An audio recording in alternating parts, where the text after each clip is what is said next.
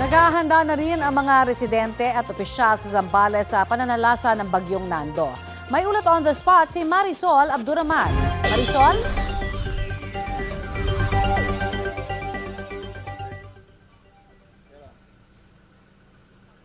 Connie, round the clock na nga ang monitoring ng PDRRMO sa mga bayan dito sa Zambales na ngayon ay nasa ilalim ng Signal Number 1. Nagpatupad na rin ng preemptive evacuation sa ilang lugar. Pero Connie, palibhasa nasa preemptive evacuation lang, ayaw pang magsilikas ng ilang residente.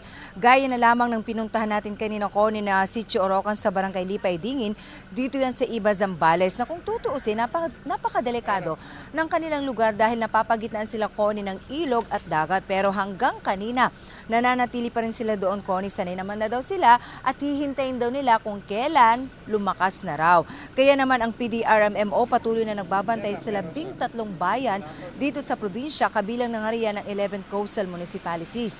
Nakahanda na rin ang kanilang mga gamit, kabilang na nga riyan ang mga heavy equipment kung sakaling kailanganin, kung sakaling magkakaroon ng landslide na gaya na lamang ng kanilang usual na nararanasan kapag may bagyo. Ang lalawigan po ng Zambales, naka-ready naman po, no? Pagdating nga po sa mga ganitong mga insidente, may mga bagyo, yun nga po, muscle memory na po sa amin. Naka-preposition na po yung mga assets natin, yung mga personnels natin. Coordinated na po tayo sa lahat ng uniform personnel.